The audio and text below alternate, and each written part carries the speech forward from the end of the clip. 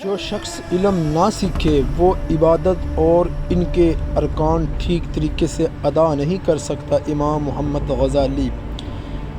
جس شخص پر اللہ کا خاص احسان ہوتا ہے اسے ہی دین کا معلم بننے کا شرف عطا ہوتا ہے۔ امام محمد غزالی۔ عبادت کی دیوار علم پر ہی قائم ہوتی ہے۔ امام محمد غزالی۔ صحت بدن کے لیے باعث سعادت ہے اور مرض بدن کے لیے باعث ہلاکت۔ امام محمد غزالی۔ اللہ تعالیٰ کی ذات سے بے خبر رہنا ظاہر قاتل ہے۔ امام محمد غزالی۔ دلائل کے ذریعے جو یقین حاصل ہو اسے علم کہا جاتا ہے۔ امام محمد غزالی۔ فرمان نبی صلی اللہ علیہ وسلم، بکری کی عزت کرو اور اس سے مٹی جاڑو کیونکہ وہ جنتی جانور ہے۔ مسند الفردوس۔ رسول اللہ صلی اللہ علیہ وسلم نے فرمایا، جو شخص اللہ کی رضا کی خاطر مسجد بناتا ہے تو اللہ اس کے لیے جنت میں گھر بناتا ہے۔ مشکوٰۃ المصابیح۔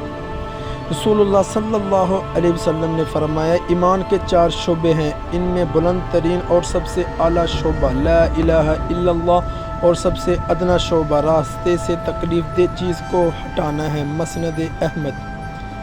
رسول اللہ صلی اللہ علیہ وسلم نے فرمایا، آدمی کی بہترین خوراک وہ ہے جو وہ اپنی محنت سے کما کر کھائے۔ سنن نسائی۔ جنت میں ایک دروازہ ہے جس کا نام ریان ہے، اس دروازے سے صرف روزے دار ہی داخل ہو سکتے ہیں اور کوئی نہیں۔ بخاری شریف۔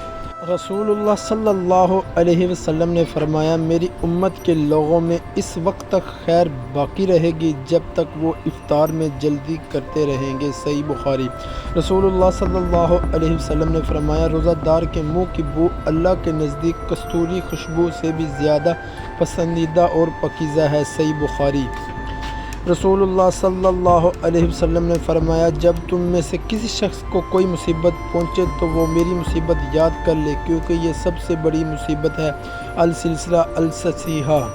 رسول اللہ صلی اللہ علیہ وسلم نے فرمایا، 4 باتیں انبیاء و رسول کی سنت میں سے ہیں، حیا کرنا، عطر لگانا، مسواک کرنا اور نکاح کرنا۔ ترمذی شریف۔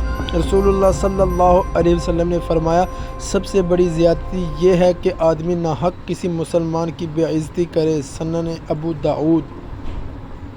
جمعہ مبارک۔ مسلمانوں میں کامل ایمان والے وہ لوگ ہیں جن کے اخلاق اچھے ہیں۔ ابو داؤد۔ جب بندہ جھوٹ بولتا ہے تو اس کی بدبو سے فرشتہ 1 میل دور ہٹ جاتا ہے۔ ترمذی شریف۔